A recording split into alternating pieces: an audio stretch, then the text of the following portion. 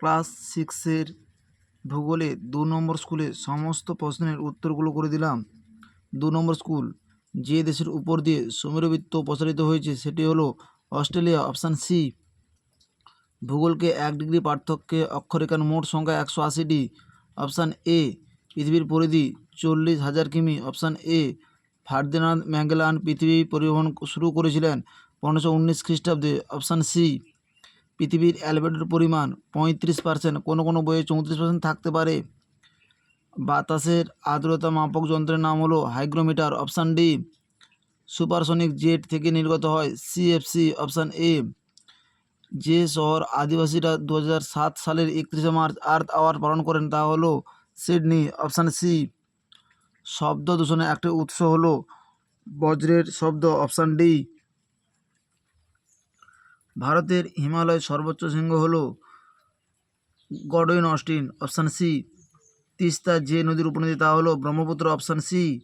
যে রাজ্যের উপকূলরেখা সবচেয়ে দীর্ঘ তা হলো গুজরাট, অপশান এ। ভারতের দীর্ঘতম হিমবাহের নাম হলো সিয়াচেন, অপশান ডি। বেলে মাটির অনুকূল ফসল হলো পাট, অপশান বি। ভারতে কৃষিকাজ প্রধানত যার উপর নির্ভরশীল সেটি হলো মৌসুমি বৃষ্টি, অপশান এ। টোডা জনজাতির আবাসস্থল হলো নীলগিরি পাহাড়, অপশান বি। ম্যাপ শব্দটির উৎপত্তি ল্যাটিন শব্দ ম্যাপা থেকে এসেছে যার অর্থ হলো কাপড়, অপশান সি। মানচিত্রের দূরত্ব ও বাস্তব দূরত্বের মধ্যে অনুপাত 5 সেন্টিমিটার থেকে 25 কিলোমিটার হলে মানচিত্রের স্কেল হবে, অপশান ডি। সত্য এবং ভুল বা মিথ্যা নির্ণয় করো। শীতের দেশে বিশেষ ধরনের কাঁচের ঘরে শাকসবজি চাষ করা হয়, সত্য। মানচিত্রে প্রথম বই প্রকাশ করেন অ্যাটলাস, সত্য। কফি চাষে অসম রাজ্য এগিয়ে, মিথ্যা। পৃথিবী থেকে সূর্য এবং অন্যান্য তারাদের সবার আগে পূব আকাশে দেখা যায়, মিথ্যা। কালো মাটিতে পাট চাষ ভালো হয়, সত্য। ডেসিবেল এককে শব্দের তীব্রতা মাপা যায়। সবকটি দ্রাঘিমারেখা 90 ডিগ্রি কোণে অক্ষরেখাগুলিকে ছেদ করে। আমাদের দেশে উষ্ণ ও আর্দ্র জলবায়ু ক্রান্তীয় মৌসুমী জলবায়ু বলে। ভিল ভারতের বৃহত্তম আদিবাসী গোষ্ঠী। 88 ডিগ্রি 30 মিনিট পূর্ব দ্রাঘিমার স্থানীয় মানকে ভারতের প্রমাণ সময় ধরা হয়। পৃথিবীর কোনো তাপ বলয়ে সূর্যরশ্মি তীর্যকে পড়ে কুমেরু ও সুমেরু নর্মদা নদীর মোহনায় কোথায় অবস্থিত? আরব সাগরে।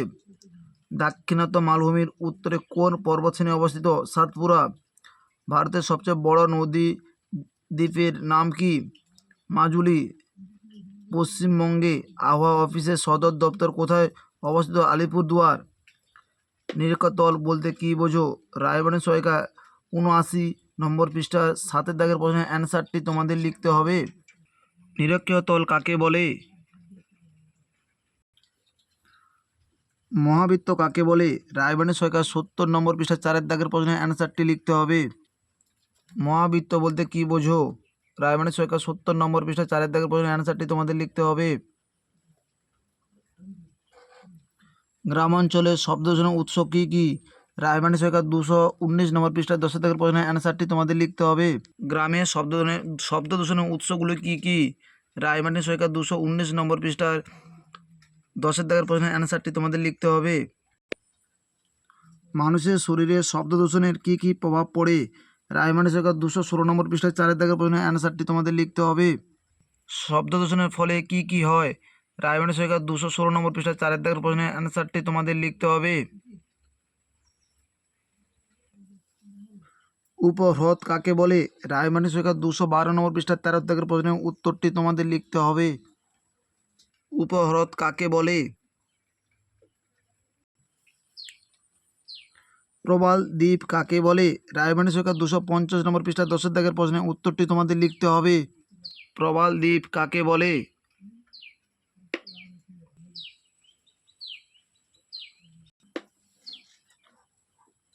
আদিবাসী কাদের বলে? রায়বাণী সহায়িকা 335 নম্বর পৃষ্ঠা 1 দাগের প্রশ্নের উত্তরটি তোমাদের লিখতে হবে। 335 নম্বর পৃষ্ঠা 1 দাগের প্রশ্নের উত্তরটি হলো আদিবাসী কাদের বলা হয়?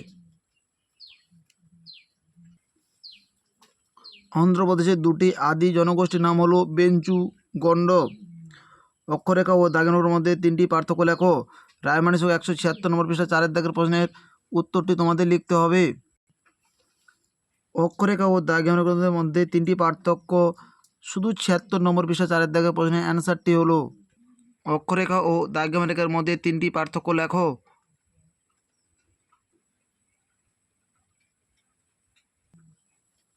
নিরক্ষরেখা ছাড়া পৃথিবীর অন্যান্য বিশেষ অক্ষরেখার নাম কি কি? রায়বাড়ি শেখা 70 নম্বর পৃষ্ঠা 3 দাগের প্রশ্নের উত্তরটি তোমাদের লিখতে হবে। নিরক্ষরেখা ছাড়া পৃথিবীর আর কি কি বিশেষ অক্ষরেখা আছে?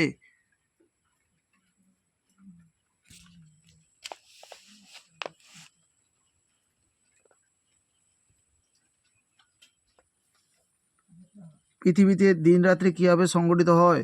রায়মানের সরকার 93 নম্বর পৃষ্ঠার 5 দাগের প্রশ্নের উত্তরটি হবে। 93 নম্বর পৃষ্ঠার 5 দাগের প্রশ্নের অ্যান্সারটি তোমাদের লিখতে হবে।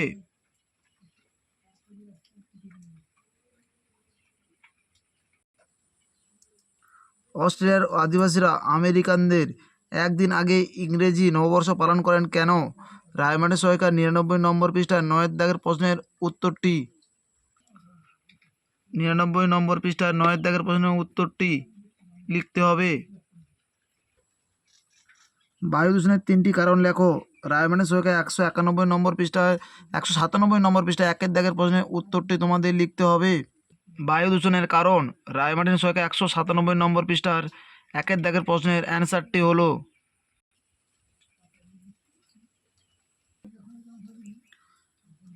তোমার ঘরে কীভাবে বায়ু দূষণ প্রতিরোধ করবে? রায়মার্টিন সরকার 199 নম্বর পৃষ্ঠায় 4 দাগের প্রশ্নের উত্তরটি তোমাদের লিখতে হবে। 199 নম্বর পৃষ্ঠা 4 দাগের প্রশ্নের অ্যান্সারটি হলো,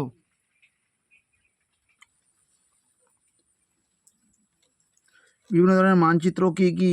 রায়মার্টিন সরকার 342 নম্বর পৃষ্ঠার 1 দাগের প্রশ্নের উত্তরটি। মানচিত্রের শ্রেণীবিভাগ করো। রায়মার্টিন সরকার 342 নম্বর পৃষ্ঠায় 1 দাগের প্রশ্নের অ্যান্সারটি লিখতে হবে। মানচিত্রের প্রধান উপাদান কি কি? রায়মার্টিন সরকার 343 নম্বর পৃষ্ঠার 2 দাগের প্রশ্নের অ্যান্সারটি লিখতে হবে। 343 নম্বর পৃষ্ঠার 2 দাগের প্রশ্নেও মানচিত্রের অপরিহার্য উপাদানগুলি কি কি? বায়ু তাপমাত্রা পৃথিবীর সব জায়গায় একরকম হয় না কেন? রায়মার্টিন সরকার 168 নম্বর পৃষ্ঠার 5 দাগের প্রশ্নের অ্যান্সারটি তোমাদের লিখতে হবে।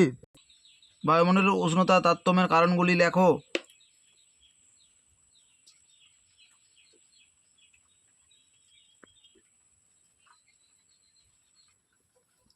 বায়ুমণ্ডল উত্তপ্ত হওয়ার পদ্ধতিগুলি আলোচনা করো।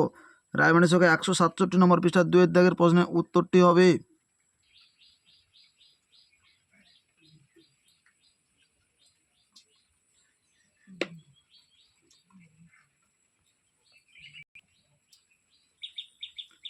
ভারতের উত্তরের নদীগঠিত সমভূমির ভূ প্রকৃতির বর্ণনা দাও। রায়মার্টিন সরকার 239 নম্বর পৃষ্ঠায় 1 দাগের প্রশ্নের উত্তরটি।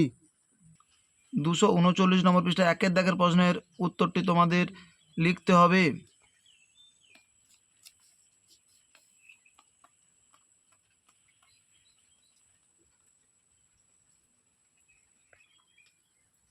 হিমালয়ের সমান্তরাল পর্বত শ্রেণীগুলির নাম লেখো।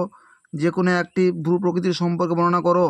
রায়মার্টিন সরকার 240 নম্বর পৃষ্ঠা 2 দাগের অনুরূপ প্রশ্নের উত্তরটি দেখতে হবে। অনুরূপ প্রশ্ন, হিমালয়ের উত্তর থেকে দক্ষিণ পর্যন্ত বিস্তৃত 3টি সমান্তরাল পর্বত শ্রেণীর বর্ণনা দাও।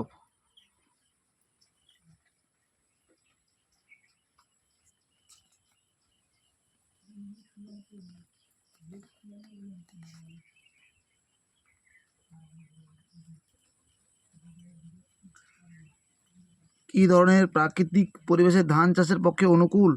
রায়মার্টিন সরকার 314 নম্বর পৃষ্ঠায় 1 দাগের প্রশ্নের উত্তরটি হবে। 314 নম্বর পৃষ্ঠায় 1 দাগের প্রশ্নের অ্যান্সারটি হলো, ভারতের ধান চাষের অনুকূল পরিবেশের বর্ণনা দাও।